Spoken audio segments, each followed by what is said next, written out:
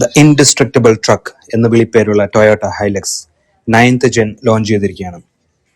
Toyota ലൈനപ്പിൽ first body on frame EV ആയിട്ടാണ് പുതിയ ഹൈലക്സ് വന്നിരിക്കുന്നത്.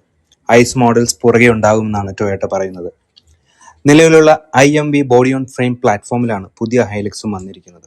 59.2 kWh ബാറ്ററി പാക്കുള്ള full time all wheel drive ആയിട്ടുള്ള EV model 750 kg payload capacity ഉണ്ട്. WLTP റേഞ്ച് പറയുന്നത് 240 കിലോമീറ്റേഴ്സ് ആണ്. ഒരു സ്ലിമ്മർ ഹെഡ്ലൈറ്റ്സും EVയിലാണെങ്കിൽ ക്ലോസ് ടു പാനലായിട്ടുള്ള ഗ്രില്ലും ഐസ് മോഡൽസിൽ ഹണി കോം പാറ്റേണിലുമാണ് വന്നിരിക്കുന്നത്. അതോടൊപ്പം മസ്കുലർ സ്കിഡ് പ്ലേറ്റ്സും കൊടുത്തിട്ടുണ്ട്.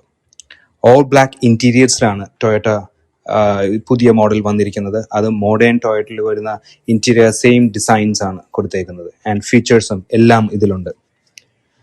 ഡുവൽ ക്യാബ് ബോഡി സ്റ്റൈൽ മാത്രമേ ഈ മോഡൽ വരുത്തുള്ളൂ എന്നാണ് ടൊയോട്ട പറയുന്നത്.